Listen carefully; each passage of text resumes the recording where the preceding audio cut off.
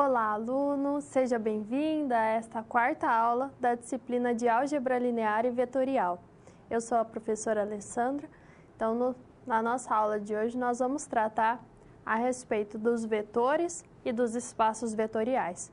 Então, tudo que já foi estudado anteriormente será essencial no estudo desses temas, principalmente no que se refere ao estudo de matrizes e determinantes. Então, muitas vezes nós vamos recorrer à representação matricial e ao cálculo de algumas espécies de determinantes para nos auxiliar com os conceitos voltados ao estudo de vetores. Então, nós vamos iniciar avaliando o que é um vetor e depois, por meio da ideia de espaço vetorial, tentar generalizar essa ideia. Como que eu consigo estudar uma estrutura semelhante pensando em outros conjuntos, diferente dos conjuntos R2, dos conjuntos R3, mas pensando, por exemplo, em um conjunto de polinômios, em um conjunto de funções. Então, a construção de um espaço vetorial tem por objetivo sistematizar uma certa estrutura que pode ser observada em diversas situações. Apesar das diferenças entre os elementos e as operações, algumas propriedades são comuns. Então, o objetivo é organizar toda essa estrutura em um único conceito. E qualquer tipo de conjunto com duas operações que satisfaça aquele conjunto de propriedades também poderá ser classificado como um espaço vetorial. Então, vamos conferir no quadro os objetivos dessa aula. Então, os nossos objetivos estão relacionados ao estudo desses dois temas, ao estudo de vetores e de espaços vetoriais.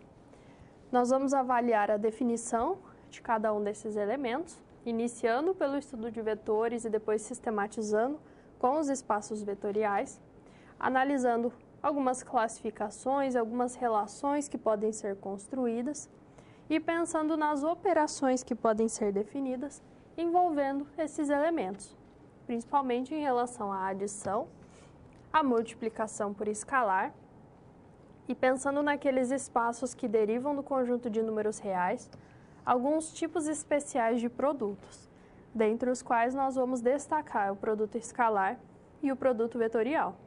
Então, os vetores eles são utilizados na descrição dos mais variados fenômenos, como avaliar, por exemplo, o deslocamento de móveis. E o espaço vetorial já vem com essa generalização da ideia.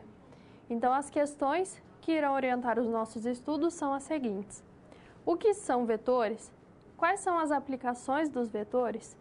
E quais operações podem ser definidas sobre o conjunto de vetores? E analisar também todas essas questões pensando em um espaço vetorial qualquer. Então, esses são os nossos objetivos iniciais.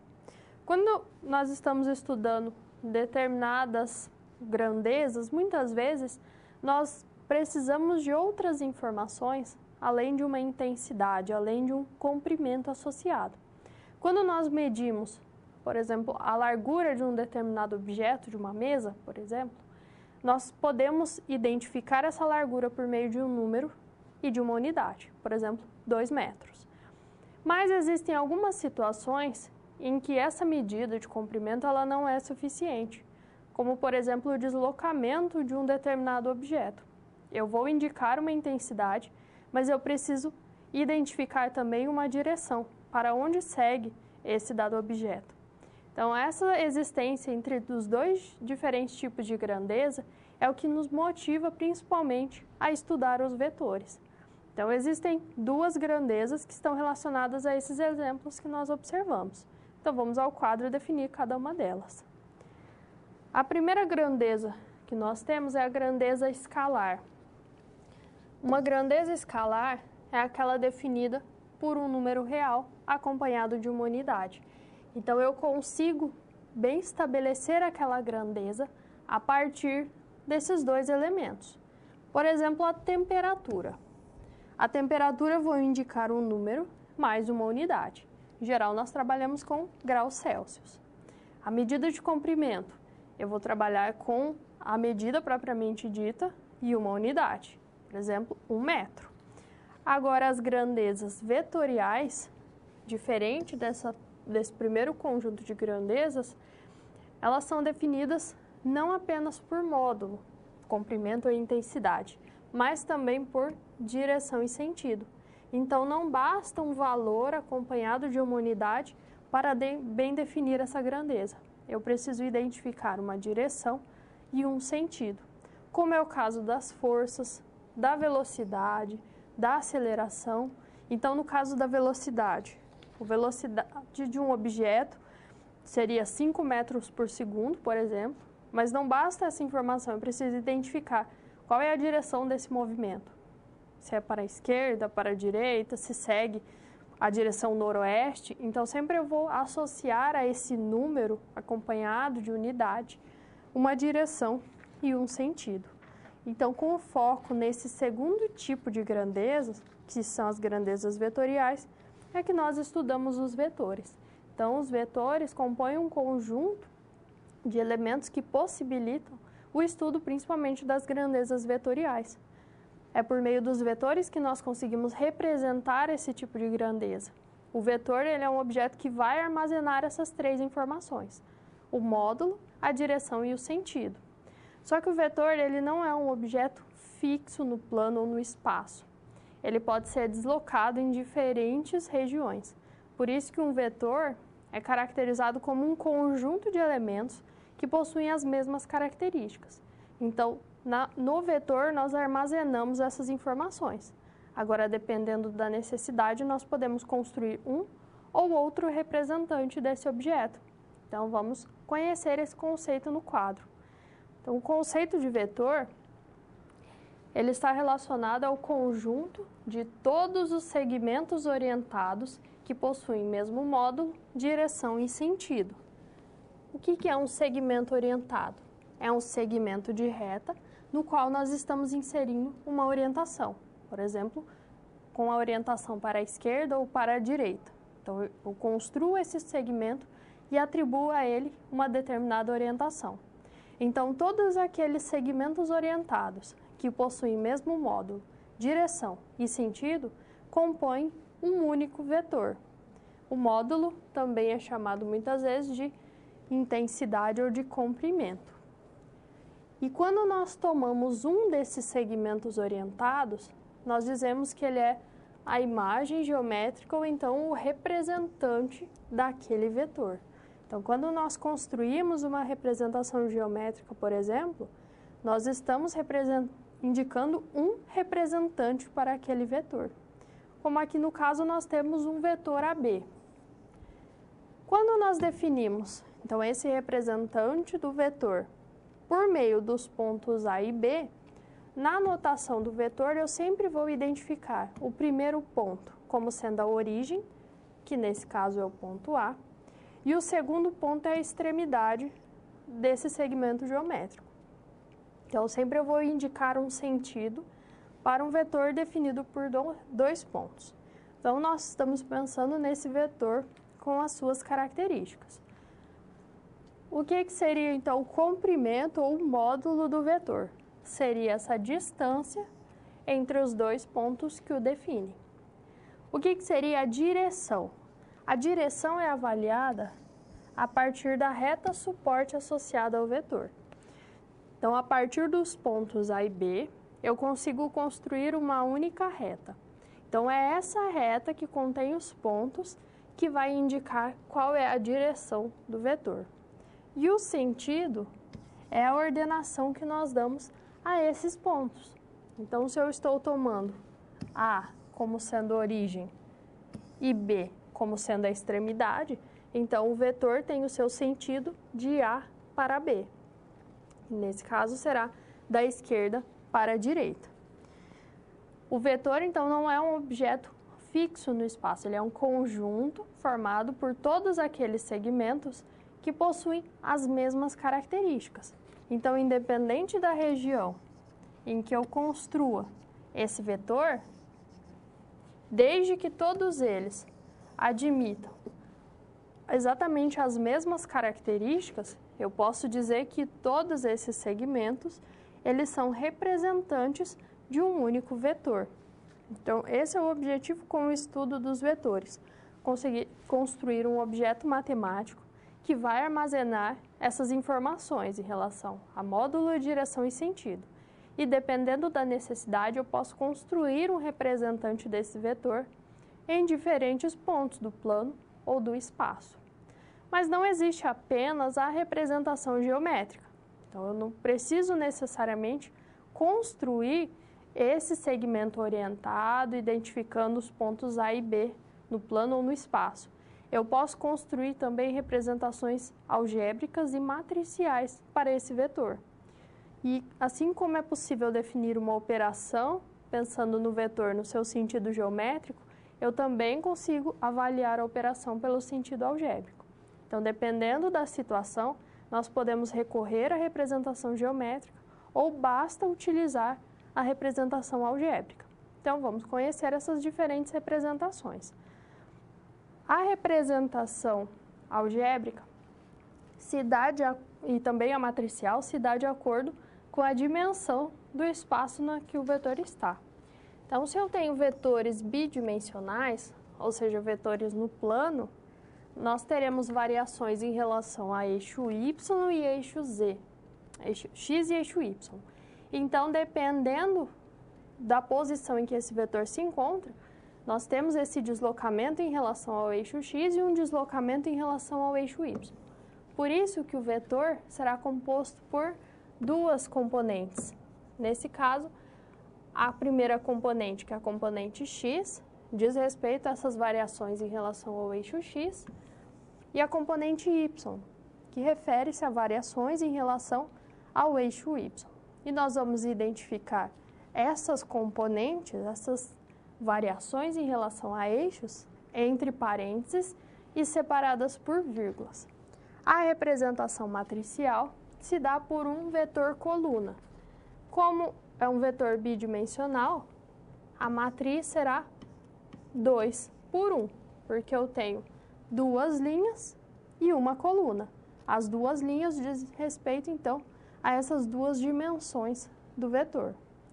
No caso do vetor tridimensional, um vetor no espaço, ele vai possuir três componentes, x, y e z, porque estão relacionadas a essas possíveis variações em relação ao eixo x, ao eixo y e ao eixo z. E a sua representação matricial agora é por meio de um vetor coluna 3 por 1. Nas representações bidimensional e tridimensional, nós podemos associar a elas a construção do plano e do espaço cartesianos. Então, eu consigo as representações geométricas, mas eu posso estender as representações algébricas para um espaço com n dimensões. Então, seria uma espécie de espaço cartesiano onde existissem n eixos e não apenas 3. Nos vetores n-dimensionais, nós vamos ter n componentes, x1, x2 até xn. E a sua representação matricial será dada por n por 1, n linhas e uma coluna. Essa representação n-dimensional é uma forma de generalizar as representações algébricas para os vetores, mas lembrando do seguinte fato: eu tenho representações geométricas para o espaço cartesiano e para o plano. Então, para os vetores até 3 dimensões. Vetores relacionados ao espaço com 4 dimensões ou mais, eu não tenho a representação geométrica. Então, eu precisaria realmente utilizar a representação algébrica. Eu posso estender as ideias para esses tipos de espaço, mas eu não tenho mais a possibilidade de representar geometricamente esses vetores. Eu só represento geometricamente em um espaço com até 3 dimensões, que seria referente, então, aos 3 eixos coordenados. Então, essas são as possíveis representações que nós temos: geométrica, algébrica e matricial, todas elas relacionadas a cada uma das propriedades do vetor, o módulo, a direção e o sentido. Nessas representações algébricas e matriciais, muitas vezes nós nos referimos àquele representante do vetor que possui a origem na origem do sistema, no ponto 00 ou no ponto 000. Então, essa representação muitas vezes se refere a esse representante do vetor. Mas lembrando que eu posso deslocar para qualquer ponto do espaço, desde que sejam mantidas as três propriedades: o módulo, a direção e o sentido. Além de definir e identificar essas três características de um vetor, nós podemos comparar vetores entre si. Nós podemos estabelecer algumas relações. Então, agora nós vamos conhecer propriedades e relações envolvendo diferentes vetores.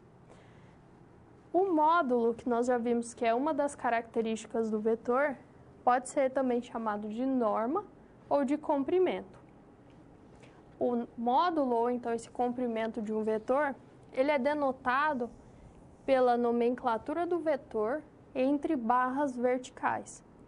E o vetor, em geral, nós adotamos essa notação com a nomenclatura do vetor, nesse caso V, e com uma seta acima dessa letra, ou acima dos dois pontos que compõem esse vetor, como era o caso de um vetor AB. Então, eu identifico esses pontos de origem e extremidade e construo uma seta. Alguns livros adotam outras notações. Por exemplo, o vetor AB com a sua representação em negrito, sem a seta, ou uma representação simples, mas destacando que se trata de um vetor. Então, nós vamos adotar, na maioria dos casos, essa notação com seta, mas outros tipos de notações também podem ser empregadas. O módulo, então, como nós já vimos, é o comprimento do vetor V. Mas, na verdade, ele diz respeito ao comprimento de qualquer um dos representantes desse vetor. Então, qualquer segmento orientado que representa o vetor V vai possuir exatamente esse comprimento, esse mesmo módulo do vetor V. E quando o vetor V é tal que o seu módulo é igual a 1, uma unidade no caso, então nós dizemos que esse vetor ele é um vetor unitário. Então, sempre que nós tivermos essa associação de um vetor como sendo um vetor unitário, então nós já sabemos que o seu comprimento ou o seu módulo é igual a 1. A partir de um vetor, eu consigo construir o chamado vetor oposto. Então, se eu tenho um vetor V com o seu representante AB, ou seja, um vetor com origem em A e extremidade em B, quando eu tomo essa ordem contrária, o vetor com origem em B e extremidade em A, o vetor BA, ele vai ser um vetor oposto ao AB. E nós podemos indicá-lo por menos AB ou menos V. Então, quando nós temos um determinado vetor com origem em A, extremidade em B, e eu tomo agora o vetor que possui origem em B, extremidade em A, eu estou tomando o seu vetor oposto. Qual é a diferença entre os dois vetores? O sentido de cada um deles. Os dois vetores possuem o mesmo comprimento, que é a distância entre os pontos A e B, e a mesma direção. Se nós construirmos retas que contêm cada um desses vetores, reta suporte, nós vamos observar que vai ser exatamente a mesma direção. As retas suporte são paralelas entre si, mas nós observamos que um vetor parte de A e chega em B, enquanto que o outro parte de B e chega até A. Então, apenas os sentidos dos vetores são opostos. Então, quando eu quero comparar vetores a partir do seu sentido, se eles têm mesmo sentido ou não, inicialmente eu preciso verificar se eles são de mesma direção. As retas suporte de cada um deles são paralelas entre si? Se isso for satisfeito, eu analiso o sentido. Se isso não for satisfeito, quer dizer que os vetores não têm mesma direção e, por consequência, eles não podem ter nem mesmo sentido, nem sentidos opostos. Eu não consigo avaliar essa terceira característica.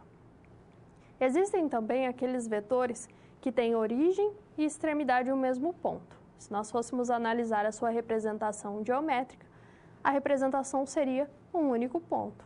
E, nesse caso, nós temos os chamados vetores nulos. Então, vamos ao quadro verificar. O vetor nulo é o conjunto de todos os segmentos nulos, chamados de vetor nulo, e denotado por 0 com uma seta. Então, são todos aqueles vetores que teriam origem e extremidade em um mesmo ponto. Os vetores iguais são aqueles que possuem as mesmas características, ou seja, módulo, direção e sentido. E os vetores paralelos são aqueles relacionados a partir da direção. Então, nós dizemos que dois vetores não nulos, eles são paralelos se eu consigo um representante de U que seja paralelo a algum representante de V. Então, se é possível identificar esses elementos, esses dois representantes, e concluir que eles são paralelos entre si, eu garanto que os vetores, como um todo, eles também serão paralelos. Se isso acontece, a notação é a seguinte: vetor U, duas barras, vetor V. Quer dizer que o vetor U é paralelo ao vetor V. Então, quando nós analisamos vetores paralelos, nós estamos pensando apenas na direção. Se as retas suportes de cada um dos vetores são paralelas entre si, ou seja, se um representante de um vetor vai ser paralelo ao representante do outro vetor. Então, essas são algumas relações que podem ser construídas envolvendo esses vetores. Agora, nós vamos ter uma atividade visando analisar geometricamente essas relações entre vetores iguais, vetores paralelos e também comparando o módulo entre vetores. Vamos acompanhar o enunciado. A figura a seguir é constituída de 9 quadrados de mesmo tamanho. Então, nós observamos que as retas que limitam esses quadrados, os segmentos de reta vão compor retas que são paralelas ou ortogonais entre si, ou seja, que formam 90 graus. Decida se é verdadeira ou falsa cada uma das seguintes afirmações. Então, nós temos algumas afirmações envolvendo igualdade, paralelismo e a igualdade de módulo entre vetores. Então, o objetivo é analisar cada uma delas e verificar quais são verdadeiras e quais são falsas. Então, analise esse problema, procure identificar as soluções e logo mais nós daremos continuidade ao estudo dos vetores.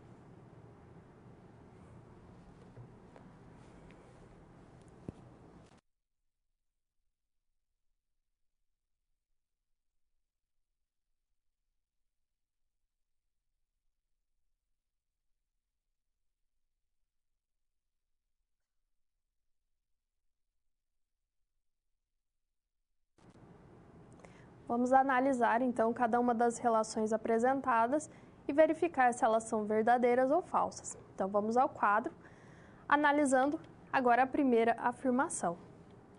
A primeira afirmação é BC igual a OP, e nós temos que essa afirmação é falsa. Se nós formos analisar o vetor construído a partir dos pontos B e C e o vetor construído a partir dos pontos O e P, eles terão o mesmo módulo, o mesmo comprimento, eles terão mesma direção, porque as retas suportes são paralelas entre si, mas eles possuem sentidos opostos. Logo, essa afirmação é falsa. Os vetores serão iguais somente se as três características forem iguais, forem válidas para ambos os vetores. A segunda igualdade, BL igual a menos MC. Se nós temos o vetor menos MC, ele vai ser igual ao vetor CM, porque menos MC é o vetor oposto a MC. Então, nós invertemos origem e extremidade. Então, no caso, vai ser o vetor CM. Se nós formos observar, BL é uma diagonal de um dos quadrados e CM também é a diagonal de um dos quadrados. Essas diagonais, elas são paralelas entre si, possuem o mesmo comprimento, porque os quadrados são todos iguais, e o sentido tomado para os dois vetores foi exatamente o mesmo.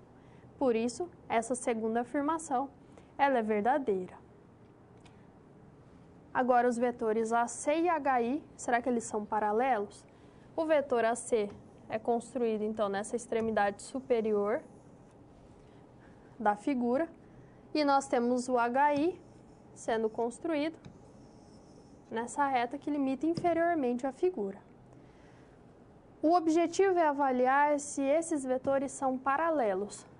Paralelos é uma propriedade relacionada à direção. Então, eles precisam ser de mesma direção.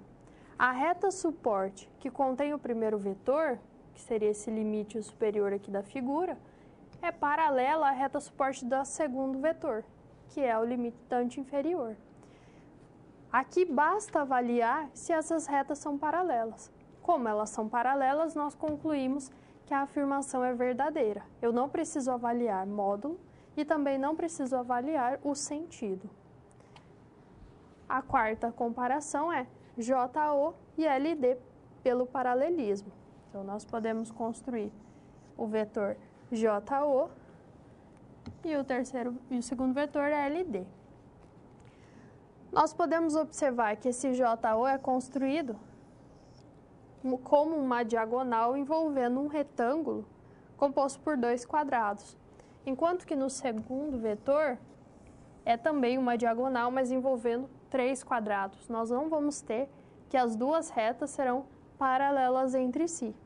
Elas não são paralelas, por isso que esses dois vetores também não são paralelos entre si, não são de mesma direção. E por fim, o módulo. O módulo do vetor AJ, que seria essa lateral da figura, e o módulo do vetor AC. O vetor AC é construído na parte superior. Como é módulo, nós vamos pensar na distância entre os pontos. A distância entre A e J corresponde ao lado de um quadrado multiplicado por 3. Então, há lados de 3 quadrados. Enquanto que o vetor AC, ele vai corresponder, então, ao seu comprimento, os lados de 2 quadrados. Lembrando que todos os quadrados são de mesmo tamanho. Então, enquanto esse AJ corresponde a 3 unidades, se o lado do quadrado for uma unidade, o AC corresponde a 2 unidades. Por isso que essa afirmação é falsa. Os vetores não são de mesmo comprimento, eles não possuem mesmo módulo. Além da comparação, então, em relação a essas propriedades, módulo, a direção e o sentido de um vetor, eu posso combinar vetores entre si por meio das operações. Então, nós podemos definir uma adição, também uma subtração associada a ela, e uma multiplicação por escalar. Nós vamos avaliar geometricamente e algebricamente qual é a influência dessas operações sobre os vetores. Aqui nós vamos tratar de forma genérica, na representação geométrica, os vetores do plano e do espaço, mas nós vamos adequar as duas operações, tanto ao plano quanto ao espaço cartesiano, respeitando as suas dimensões.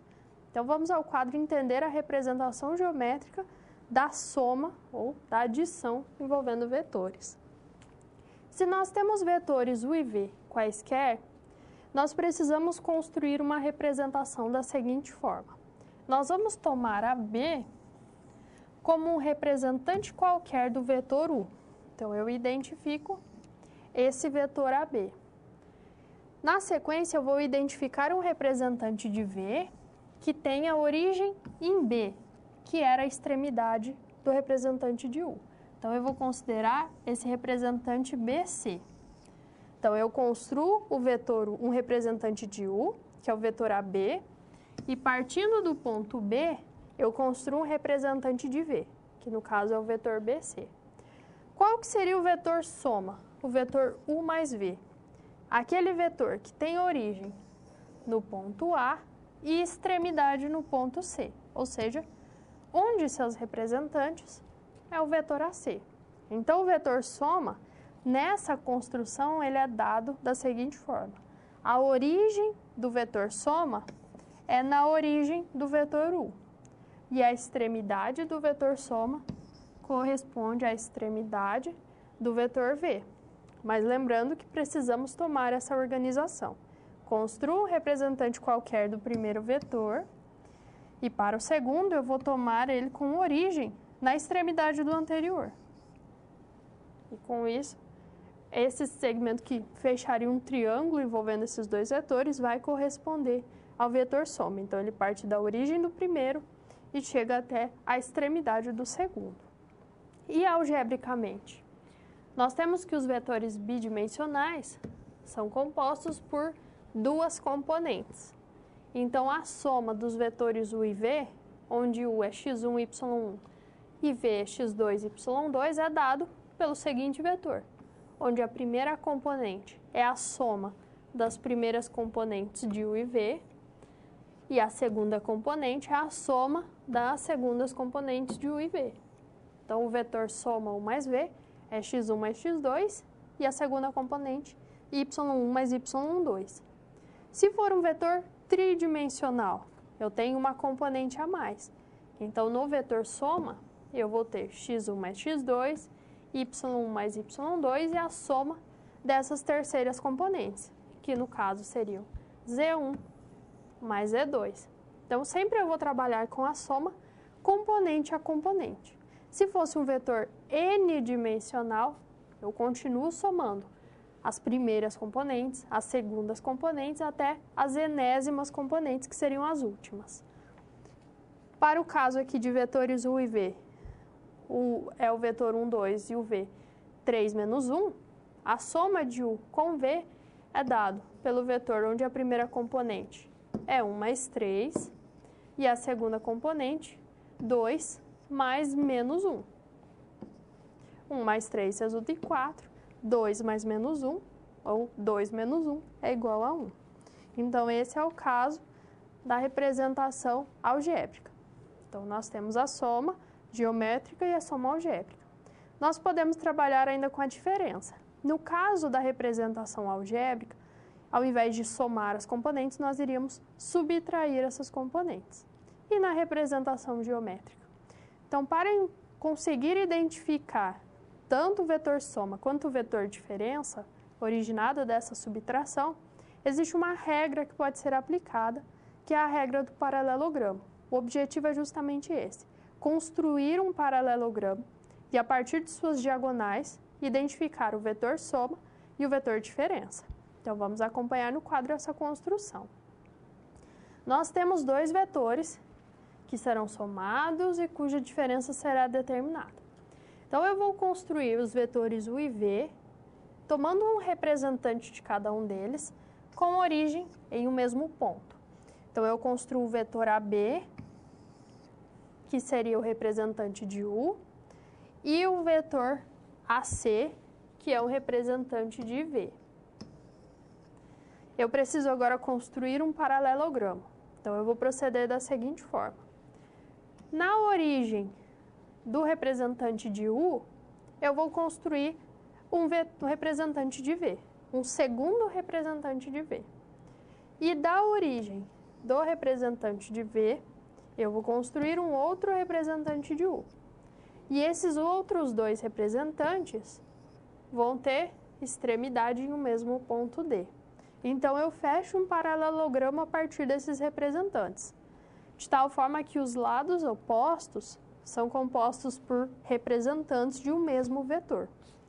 Então, nós temos os representantes de u, que seriam AB e CD, e os representantes de V, que seriam AC e BD. Dessa construção, como que eu determino a soma e a diferença? Se eu estou somando, o vetor soma, ele vai ser dado como a diagonal maior desse paralelogramo. Lembrando que o paralelogramo tem lados opostos paralelos e de mesmo comprimento.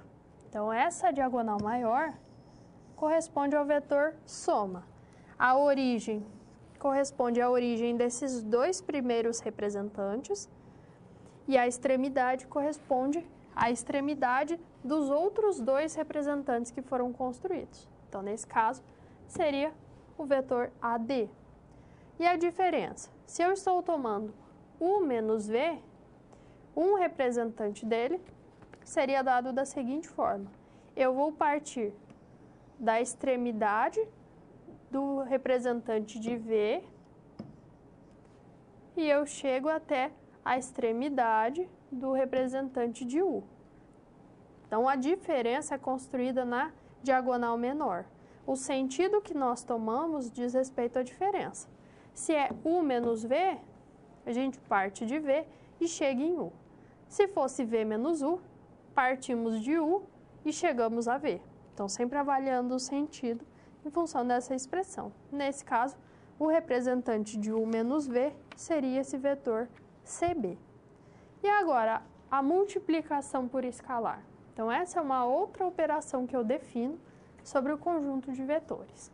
Então, para definir essa operação, eu vou tomar um vetor não nulo e um escalar diferente de zero. Esse escalar precisa satisfazer algumas propriedades, mas para garantir essas propriedades, nós vamos tomar o conjunto de escalares como sendo o conjunto de números reais. Eu podia estudar, por exemplo, sobre o conjunto de números complexos. Também seria um possível conjunto de escalares. Mas no nosso caso, sempre que existir esse termo escalar, nós vamos nos referir ao conjunto de números reais. Se for tratado de um outro tipo de conjunto, isso será evidenciado no contexto. Então, sempre nós vamos tomar o escalar, pensando em escalar, na verdade, nós estamos pensando em um número real. Então, é um número real alfa diferente de zero. O produto desse escalar alfa com o vetor V é um vetor alfa V que possui as seguintes características. O módulo do vetor U é o produto do módulo da constante alfa pelo módulo do vetor V. A direção não será influenciada nessa operação. Será a mesma do vetor V original. E o sentido vai sofrer alteração dependendo do valor alfa. Se alfa for maior do que zero, é o mesmo sentido de V. Se alfa for menor do que zero, é um sentido oposto ao de V. Então, por exemplo, nós temos um vetor V e eu quero construir o vetor 2V. O meu escalar alfa é igual a 2. Nós vamos multiplicar V por 2, então nós vamos dobrar o seu módulo. Então, agora o módulo de 2V é 2 vezes o módulo de V. A direção é a mesma e o sentido também é o mesmo, porque 2 é um número positivo. Se eu tiver o V, o vetor menos 2V tem o dobro do comprimento de V também, porque o módulo de menos 2 é igual a 2. Então, eu estou multiplicando o módulo do vetor por 2. A direção é a mesma, mas o sentido é oposto, porque alfa, ou seja, o escalar nesse caso, ele é menos 2. Ele é um número menor do que zero. Isso também é evidenciado no cálculo agora da expressão algébrica do vetor.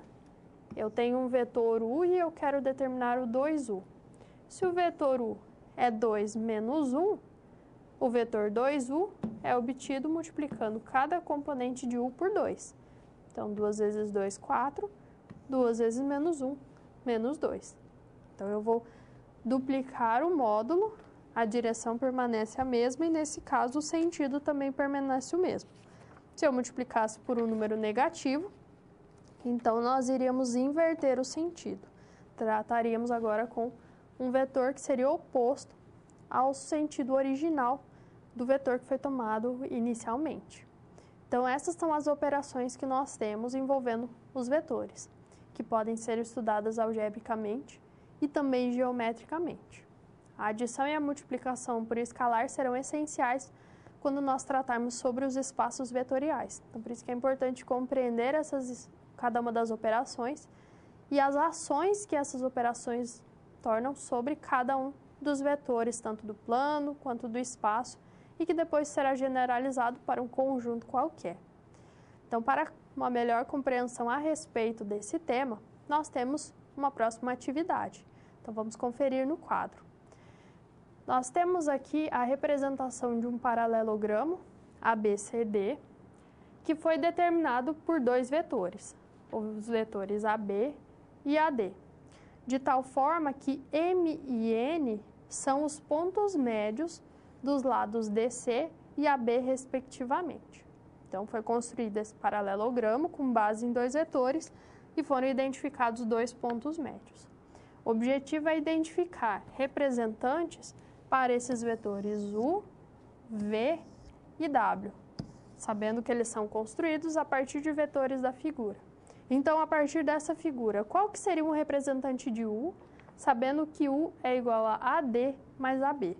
Então, esse é o objetivo. Reflita sobre esse problema, procure identificar esses representantes e, na sequência, nós retornamos.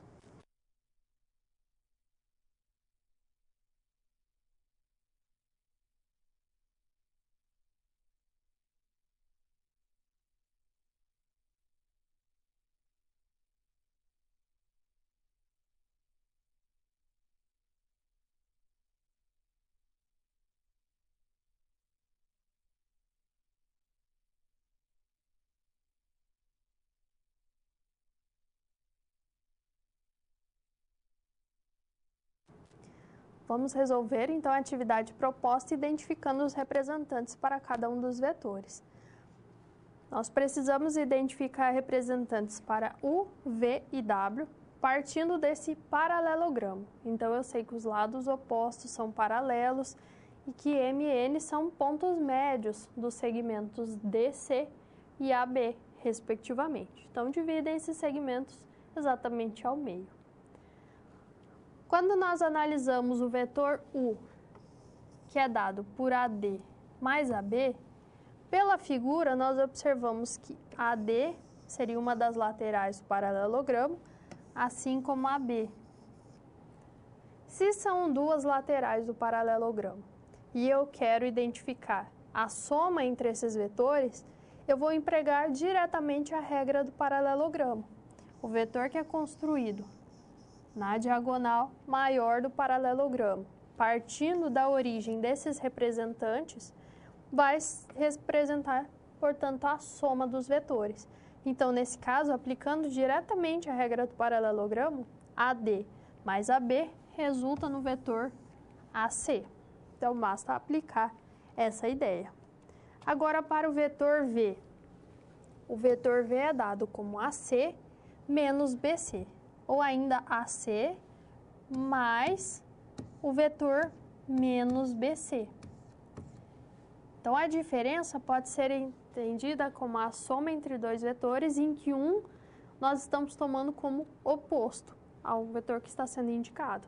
Então, ao invés de interpretar AC menos BC, nós interpretamos AC mais o vetor menos BC. O menos BC é o oposto ao BC. Então, o oposto a BC seria o vetor CB. Nessa figura, então, nós vamos ter o AC, que seria a diagonal maior do paralelogramo, menos BC, ou seja, o AC mais o CB. Então, por aquela primeira regra que nós avaliamos, eu construí um representante do AC, construí um representante do CB. O representante da soma tem origem na origem de AC e extremidade na extremidade do vetor CB. Por isso que a soma corresponde a esse vetor AB, o vetor que parte do primeiro e chega até a extremidade do segundo. Então, eu interpreto a diferença como a soma com o vetor oposto. Agora, eu tenho o vetor W, que é dado como AN mais BC. Lembrando que N é um ponto médio. Para aplicar as regras que nós trabalhamos, ao invés de tomar esse representante BC, nós vamos tomar um outro representante do vetor. Quando nós construímos esse segmento que passa pelos pontos M e N, que são pontos médios, ele vai ser paralelo ao BC. O segmento NM possui o mesmo comprimento de BC. E se eu tomar a direção, o sentido de N para M, eu consigo construir um vetor que seja igual ao BC. Então, eu desloco esse vetor BC para que a sua origem coincida com o ponto N. Então, eu vou ter a soma de AN mais BC como sendo AN mais NM. A soma de AN com NM corresponde ao vetor AM. Então, essa é uma possibilidade. A outra possibilidade seria deslocar o vetor AN. Bom, eu tenho AN e tenho BC. a distância de A a N é a mesma distância de N a B, porque N é ponto médio. E eles pertencem a uma mesma reta. Então, se eu construir o vetor AN ou construir o vetor NB, eles serão de mesma direção, de mesmo comprimento e da forma como foram tomados, serão de mesmo sentido. Então, AN e NB são iguais. Agora, substituindo AN por NB, nós vamos ter NB mais BC. E assim, o resultado da soma é o vetor NC. Então, a segunda opção é este vetor NC. Então, geometricamente, eu consigo avaliar cada uma dessas operações. No caso, nós trabalhamos com a adição, com a subtração, mas eu poderia, inclusive, trabalhar com a multiplicação por escalar. Então, nós analisamos os vetores no plano e no espaço, principalmente. Mas nós vimos que existe a possibilidade de estender para um espaço de dimensão qualquer, uma dimensão n, sendo um número natural. Só que dependendo do tipo de espaço, do valor do n, nós perdemos a representação geométrica. Mas ainda assim, o estudo algébrico pode ser desenvolvido. Quando nós pensamos agora em espaço vetorial, nós queremos generalizar toda essa ideia. Construir uma estrutura sobre a qual eu consiga definir uma adição, definir uma multiplicação por escalar e que essas operações sobre o conjunto satisfazem a diversas propriedades. Então, o objetivo é agora generalizar toda essa ideia que fundamenta o estudo de vetores. Então, vamos acompanhar como se define um espaço vetorial. O espaço vetorial, então, é a estrutura algébrica dos vetores. Então, é uma forma de formalizar toda essa estrutura, que vai ser composta por conjunto, por operações e por propriedades. Então, nós vamos tomar um conjunto V qualquer, um conjunto não vazio, então ele pode conter qualquer tipo de elemento, e sobre ele nós definimos duas operações, uma adição e uma multiplicação por escalar. Mas não são operações quaisquer, elas precisam satisfazer a duas condições. Para a adição, quando nós tomamos vetores U e V quaisquer desse conjunto V, ou elementos U e V quaisquer, a soma de U com o V precisa permanecer no conjunto. Então, quando eu somo elementos do conjunto, o resultado continua no conjunto. Isso é dizer que o conjunto é fechado para a adição. E em relação à multiplicação por escalar, quando eu tomo um escalar qualquer, ou seja, um número real qualquer, e qualquer elemento do conjunto, o produto desse número por esse elemento também permanece em V. Então, eu posso multiplicar qualquer elemento do conjunto por qualquer número real e o resultado continua em V. Isso quer dizer que o conjunto V é fechado, né? Essa operação de multiplicação por escalar ela é fechada em relação ao conjunto V. Então, o conjunto V possui as duas operações e essas operações são fechadas em relação ao conjunto. Nós vamos dizer que esse conjunto V, com as duas operações, ele é um espaço vetorial se forem verificadas as seguintes propriedades. Então, não basta ter um conjunto com duas operações. Essas operações precisam satisfazer a propriedades. Nós temos um total de 8 propriedades que são separadas em duas partes. Um conjunto de propriedades referentes à adição e o outro conjunto referente à multiplicação por escalar. Então, nós vamos analisar cada uma delas e é importante sempre procurar relacionar com conjuntos que nós já conhecemos, como é o caso do conjunto de números reais. Vamos tentar interpretar essas propriedades em função das características de R. Então, vamos ao quadro verificar as propriedades relativas à adição. A primeira propriedade é a propriedade associativa. Então, eu posso somar U mais V mais W, ou somar U ao resultado de V mais W, e o resultado precisa ser, independente dessas duas formas, igual. Então, tanto o resultado de U mais V mais W, quanto o resultado de U mais V mais W, precisa ser exatamente iguais entre si. Então, essa é a associatividade.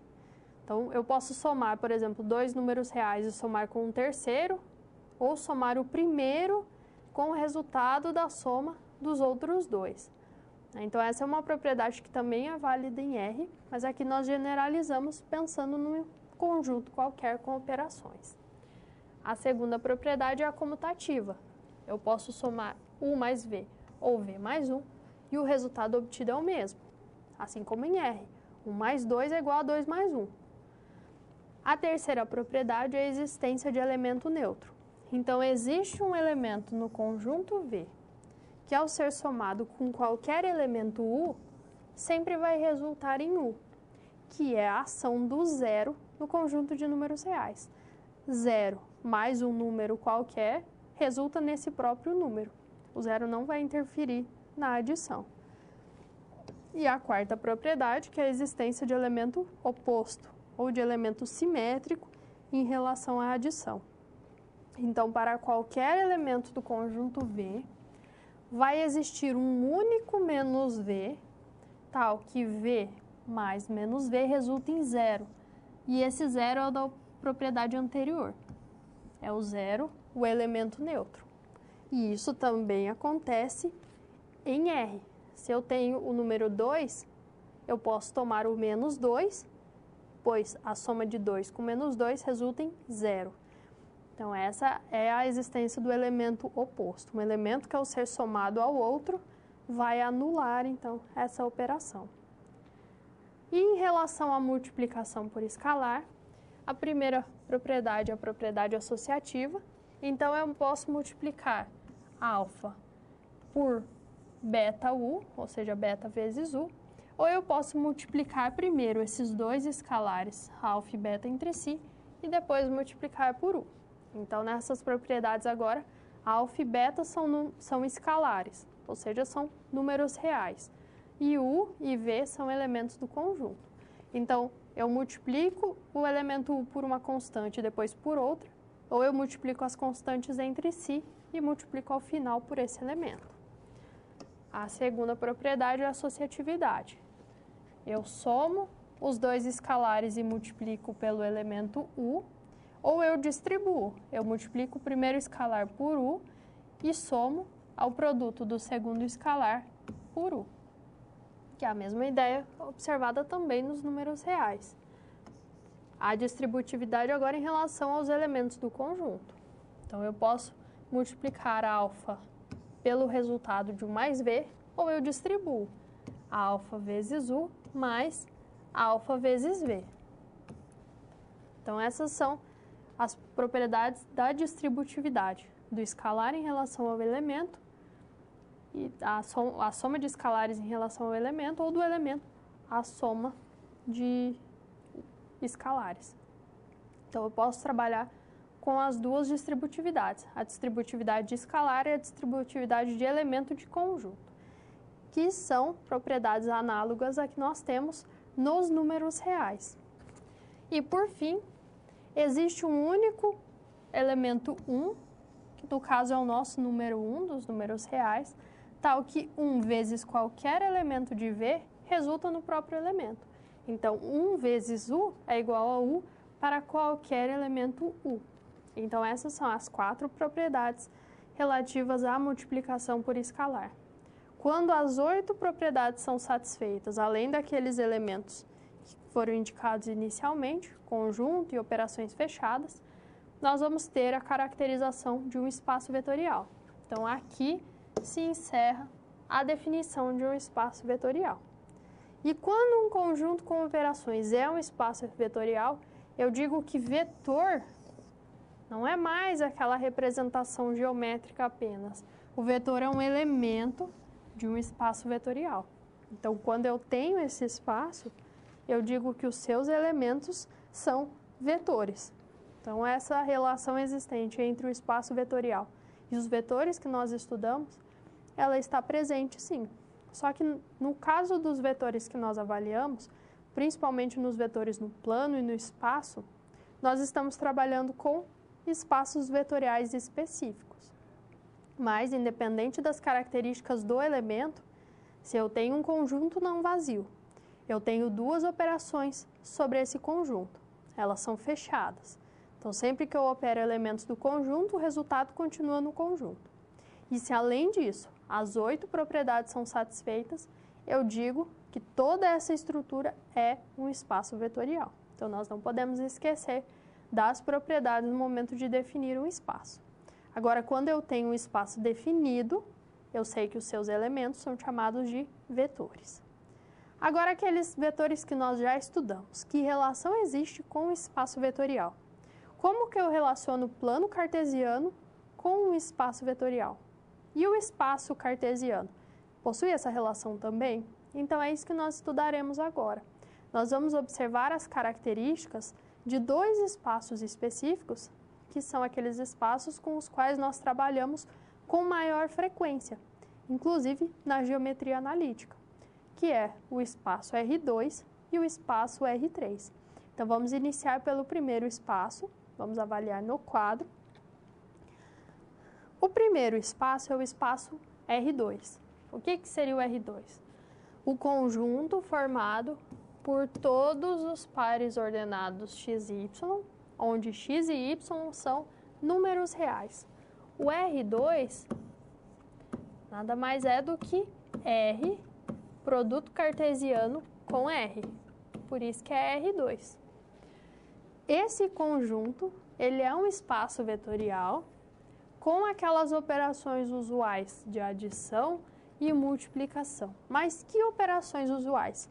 Aquelas que nós estudamos quando avaliamos os vetores. Então, nós avaliamos que a soma de vetores com 2 componentes seria a soma componente a componente. E na multiplicação por escalar, eu multiplico as componentes pelo escalar considerado. Então, as operações usuais que são ditas aqui correspondem à adição e à multiplicação por escalar que nós acabamos de estudar. E qual é a relação do R2 com o plano cartesiano? A representação geométrica do espaço vetorial R2 corresponde ao plano cartesiano. Por isso que nós temos componente x e componente y. A componente x diz respeito às variações em relação ao eixo x, enquanto que as componentes y correspondem às variações em relação ao eixo y. Se eu tenho esse vetor v com componentes x e y, como que eu posso representá-lo no plano? Eu vou construir um representante de v da seguinte forma. A origem do representante é no ponto 0, 0, na interseção entre os eixos, e a sua extremidade é no ponto P. E esse ponto P possui coordenadas x e y. A coordenada x em relação ao eixo x e a coordenada y em relação ao eixo y. Então, o vetor xy tem um dos seus representantes como sendo o vetor com origem no ponto 0, 0 e extremidade no ponto xy. E a partir dessa representação geométrica, da estrutura desse espaço, eu consigo construir um conjunto que vai gerar qualquer elemento do R2. E esse conjunto é chamado de base do espaço vetorial. Então, a base vai gerar todos os elementos do conjunto. Nós vamos trabalhar com a base canônica, que é a base mais usual, que é composta pelos vetores 1, 0 e 0, 1. Então, eu consigo expressar qualquer vetor xy como uma combinação desses dois vetores, da seguinte forma: x vezes 1, 0 mais y vezes 0, 1. Então, qualquer vetor com componentes x e y é dado dessa forma. A primeira componente vezes 1, 0, mais a segunda componente vezes 0, 1. Esse vetor 1, 0, ele é representado por i, enquanto que o vetor 0, 1 é representado por j. Então, os vetores i e j compõem a base do plano cartesiano, a base do espaço R2. E essas variações que nós temos dos vetores em relação aos dois eixos, na verdade, está relacionada a esses dois vetores, aos vetores que vão gerar tanto o eixo x quanto o eixo y. Então, essas são as características da base canônica do plano. Então, ela gera todos os vetores do plano a partir desse tipo de combinação. A primeira componente vezes i, mais a segunda componente vezes j. I sendo 1, 0 e j sendo 0, 1. No espaço cartesiano, nós podemos estender essa ideia.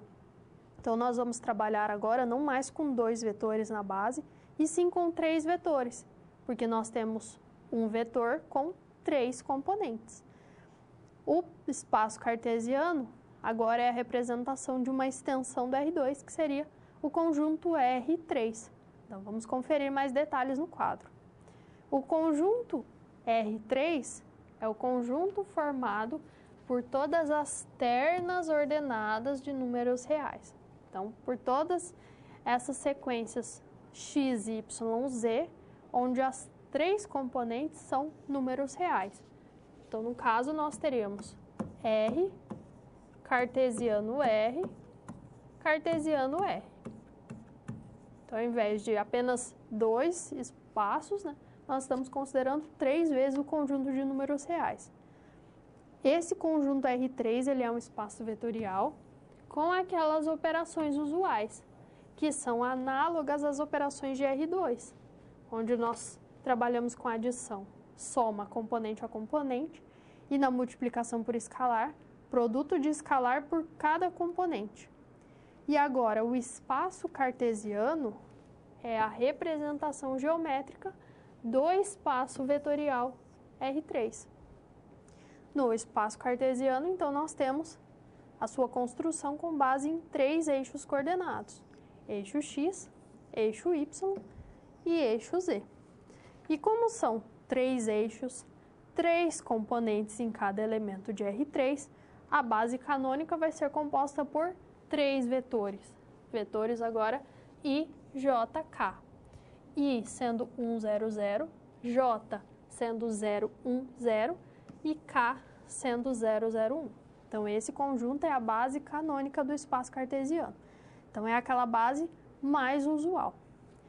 Nesse espaço, nós temos a identificação dos 3 eixos coordenados, o eixo x, que é o das abscissas, o eixo y das ordenadas e o eixo z das cotas, e com as interseções entre esses eixos, nós conseguimos construir os planos coordenados, o plano xy, o plano xz e o plano yz. Então, com base nessa base canônica, eu expresso qualquer vetor em função dos seus elementos. Então, o vetor 2, 3, 4, que é um vetor de R3, ele pode ser expresso como 2 vezes 1, 0, 0, mais 3 vezes 0, 1, 0, mais 4 vezes 0, 0, 1. Ou, de forma simplificada, 2i mais 3j mais 4k. Então, eu consigo expressar esse vetor em função dos 3 vetores da base canônica. E essas constantes 2, 3 e 4 são exatamente as componentes. A primeira componente em relação a i, a segunda componente é em relação a j e a terceira componente é em relação a k. Então, os coeficientes dessa combinação são exatamente as componentes do vetor a ser analisado. Então, dado um vetor no espaço, vão existir únicos x, y, z, tais que v é representado como x vezes i, mais y vezes j, mais e vezes k. Então, aqueles coeficientes, eles são únicos e correspondem àquelas componentes do vetor. Mas isso só acontece porque é a base canônica. Se fosse uma outra base, teríamos um estudo diferente. Mas por se tratar daquela base, daquele conjunto de vetores, sempre x, y e z serão as componentes em relação aos eixos x, y e z de cada vetor.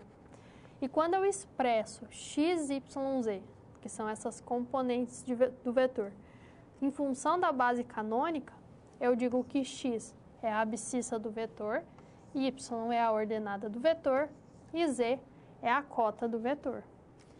E dessa combinação xi mais yj mais zk, eu vou ter a chamada combinação linear. Então, a essa combinação, onde envolve o vetor v, os vetores i, j, k e as constantes x, y, z, eu atribuo o nome de combinação linear.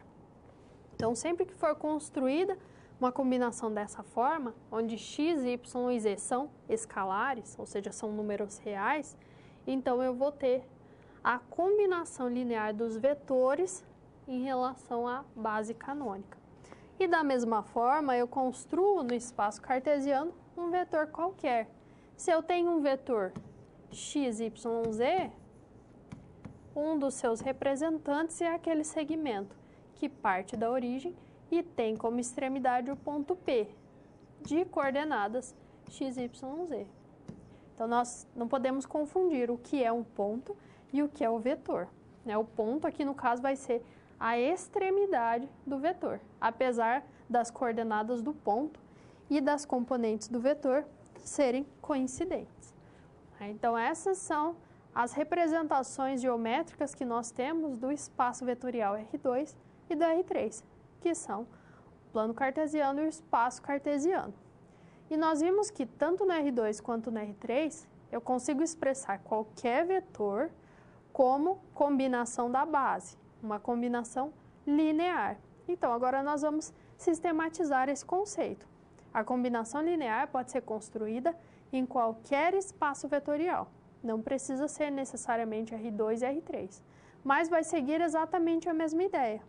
Eu tenho um conjunto de vetores, eu expresso um vetor como combinação deles, e dessa combinação vai envolver os vetores sobre os quais nós estamos avaliando e algumas constantes. Então, vamos conferir no quadro esse fato.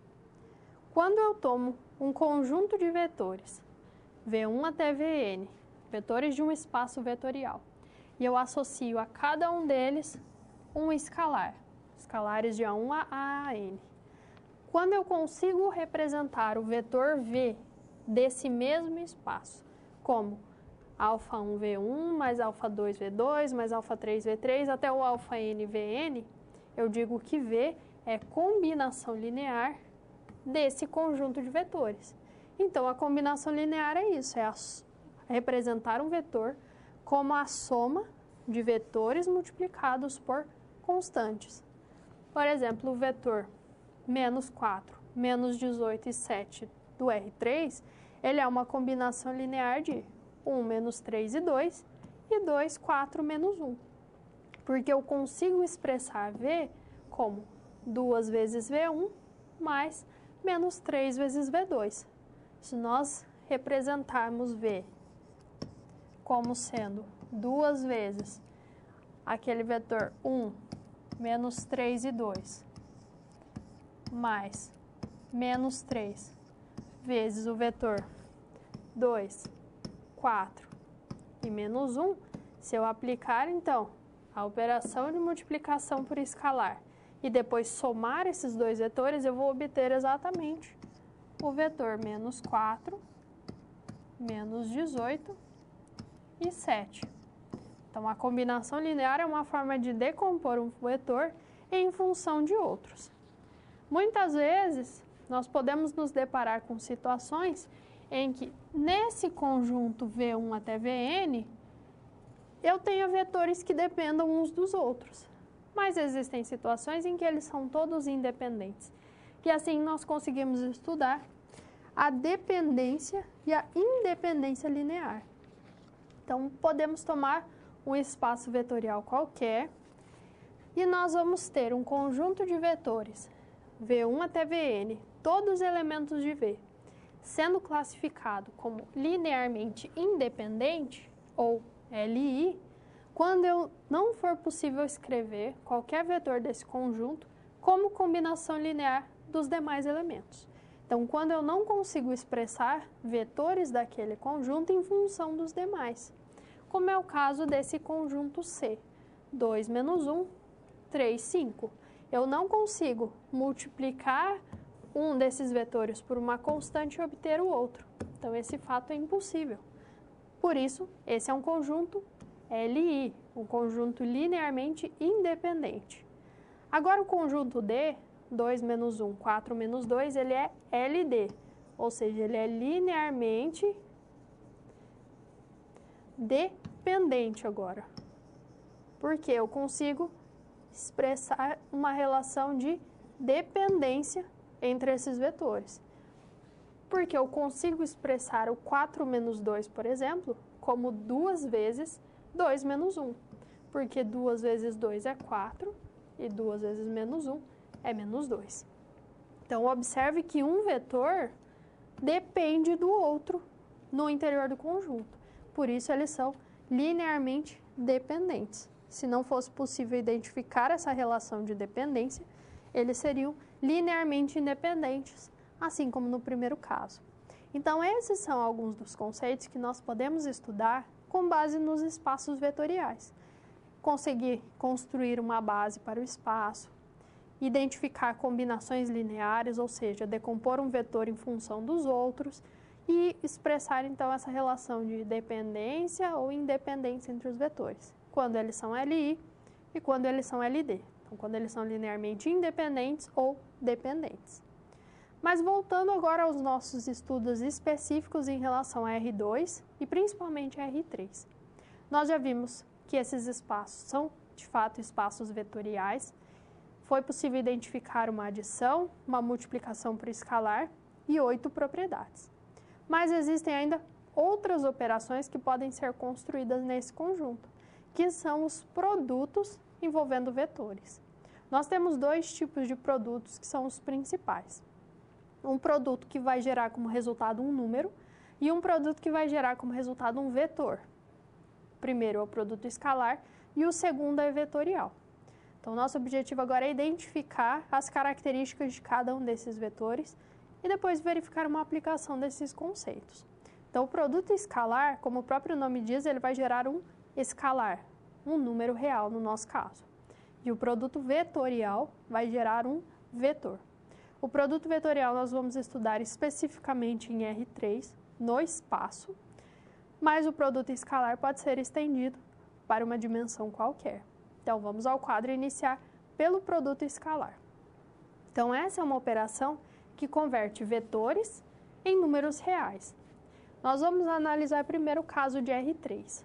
Então, aqui nós temos 2 vetores de R3, o 1, o 2, o 3, e V1, V2, V3. O produto escalar entre esses 2 vetores, ele é definido da seguinte forma. Eu vou multiplicar o 1 por V1, vou somar esse produto ao produto de U2 por V2 e vou somar ao produto de U3 por V3. Então, eu vou multiplicar as componentes que ocupam as mesmas posições e vou somar todos esses produtos. O resultado é o produto escalar. Então, nós usamos esse círculo para representar o produto escalar ou indicamos os vetores entre os sinais de menor e maior separados por vírgulas. Então, essas são as 2 notações que nós temos para o produto escalar. Então, o produto escalar eu multiplico componente a componente e somo todos os resultados. Se forem vetores de R2, só temos 2 componentes. Então, o produto escalar entre os vetores é o produto das primeiras componentes mais o produto das segundas componentes. Então, se tivesse um vetor com N componentes, eu teria N fatores nessa soma, cada um deles sendo o produto da primeira componente de um com a primeira componente do outro, segunda componente de um vezes a segunda componente do outro, e assim sucessivamente.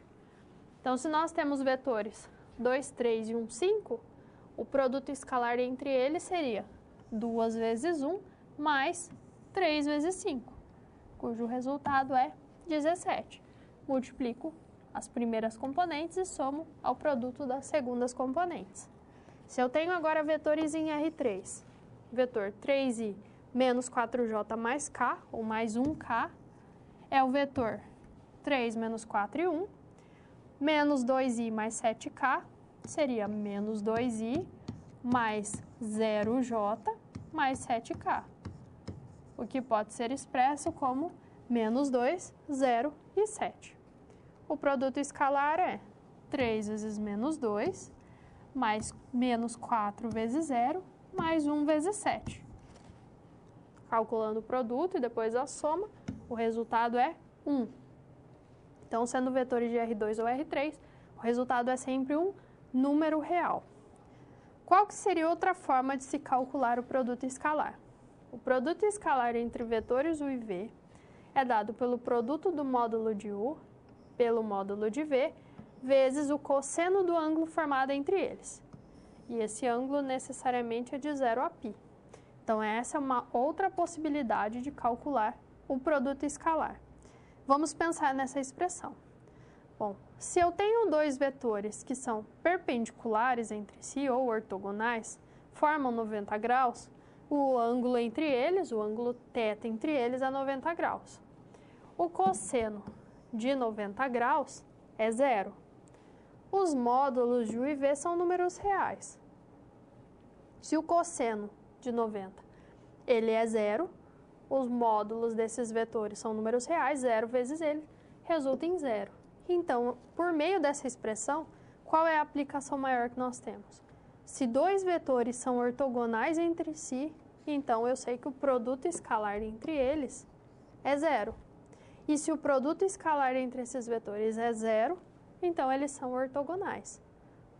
Como que eu calculo o módulo de um vetor? Por exemplo, o módulo daquele vetor U do primeiro exemplo, que é o vetor 2, 3.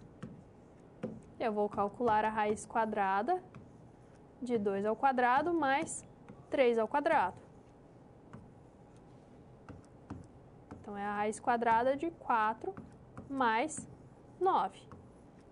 Nesse caso, raiz de 13.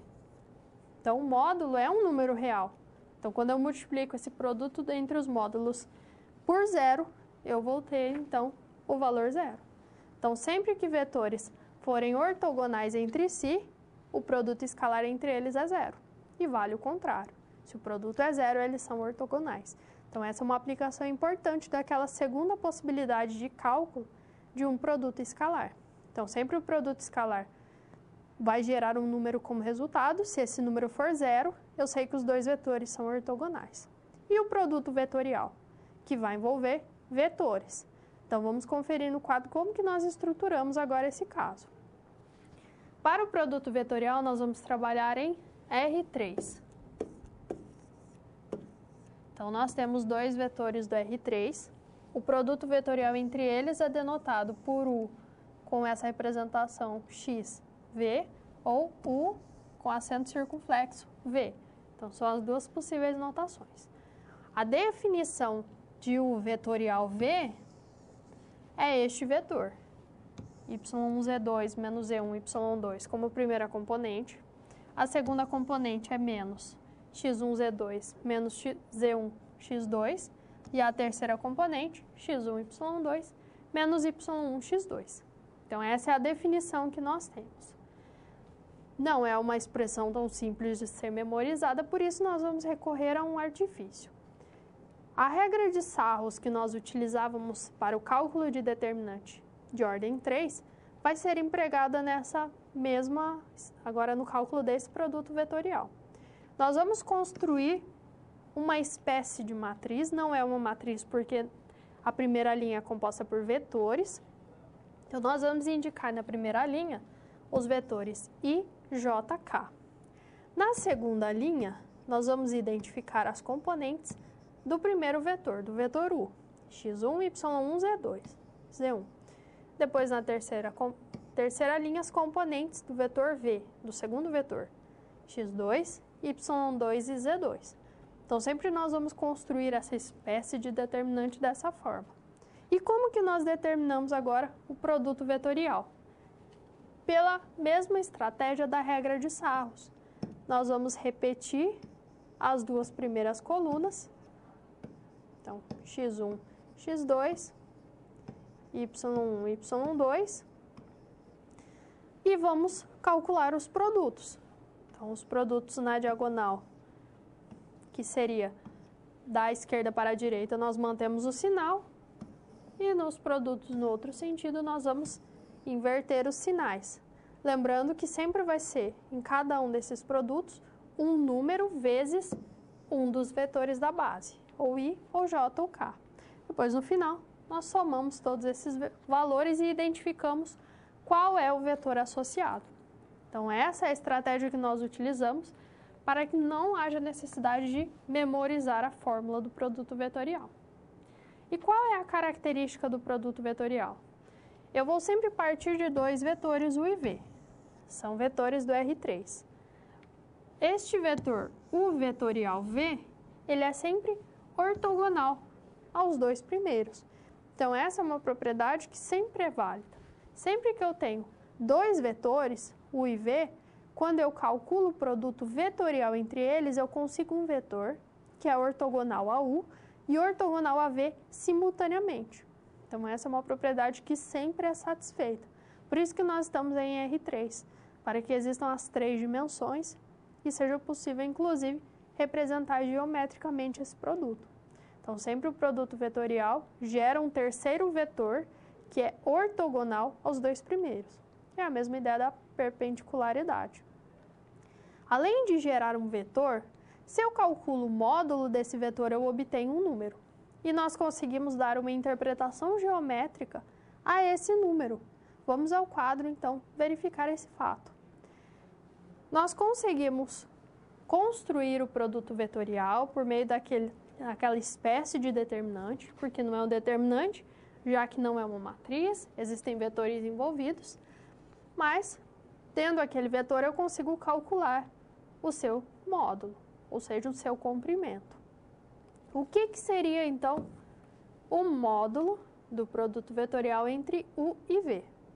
Nós temos uma expressão que caracteriza esse módulo, que é o módulo de U vezes o módulo de V vezes o seno de θ.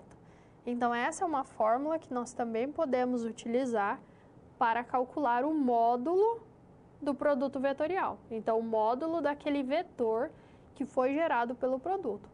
E qual seria a interpretação geométrica nesse caso?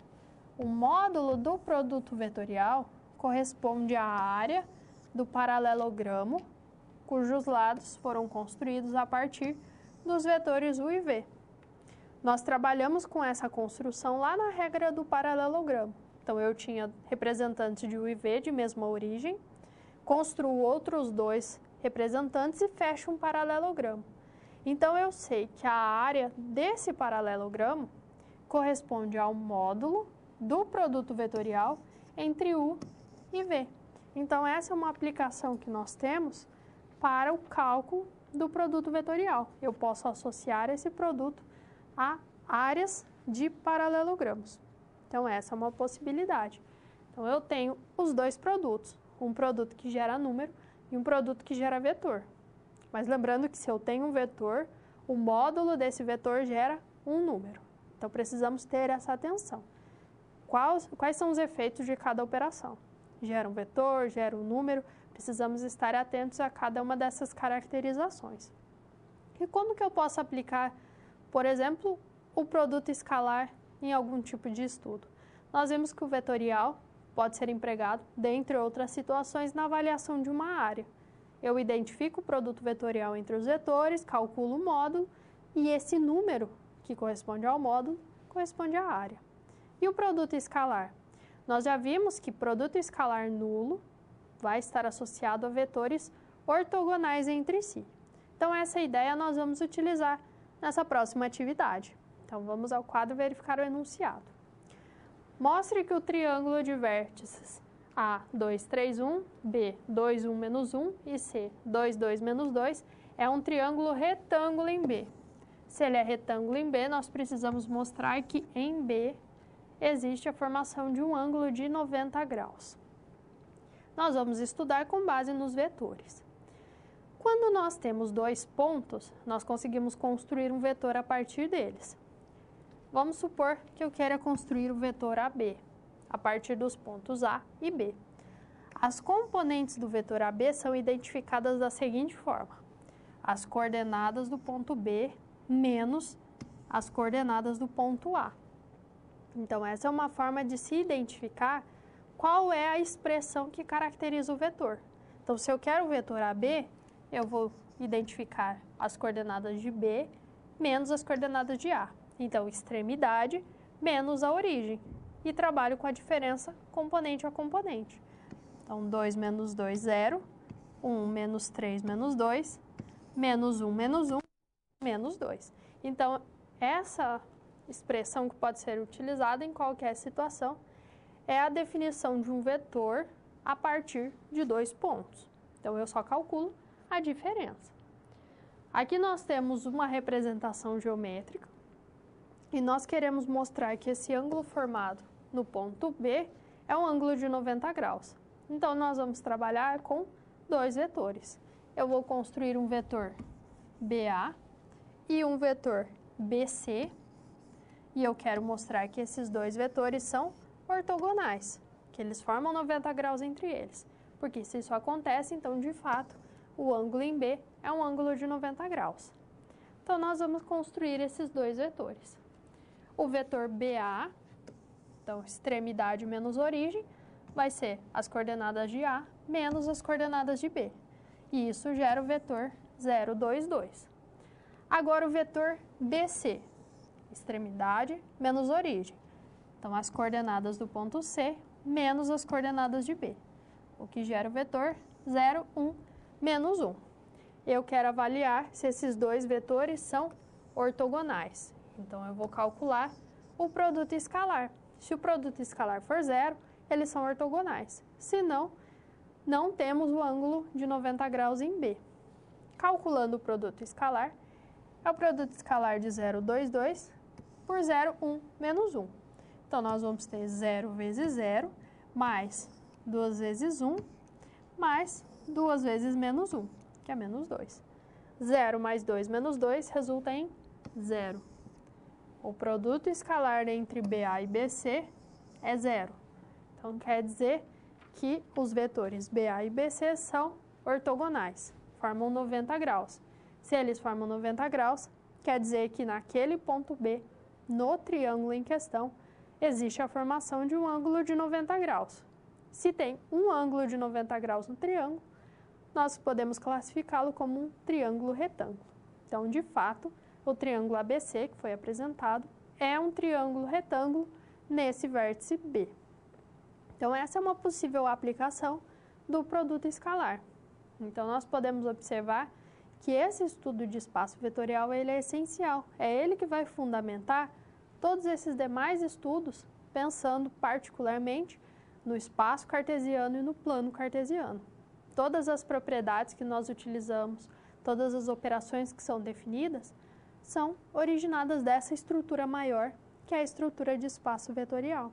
Por isso é importante que você busque analisar novamente essa definição, compreender cada um dos seus elementos e conseguir identificar a estrutura como um todo e depois observar os diversos exemplos, tendo um enfoque maior no R2 e no R3, que são os espaços com os quais nós trabalhamos com maior frequência, mas não se esquecendo que existem outros espaços vetoriais, utilizados em outros tipos de estudos, mas que também são importantes e que também satisfazem aquela mesma estrutura. E a partir de R2 e R3, conseguir analisar as operações, a adição, a multiplicação por escalar e esses 2 produtos, o produto escalar, que gera um número, e o produto vetorial, que gera um vetor. Então, eu espero que com essa aula você tenha observado quantos conceitos nós podemos estudar com base nos vetores e como nós estruturamos todas essas ideias a partir de um conceito, que é o conceito de espaço vetorial. Então, é importante que você retome tudo que foi estudado, analise nos demais materiais da disciplina cada um dos conceitos e dos exemplos que são apresentados. Caso você tenha alguma dúvida em relação a esses temas, encaminhe os seus questionamentos por meio do fórum da disciplina. Desejo a você bons estudos e até a próxima!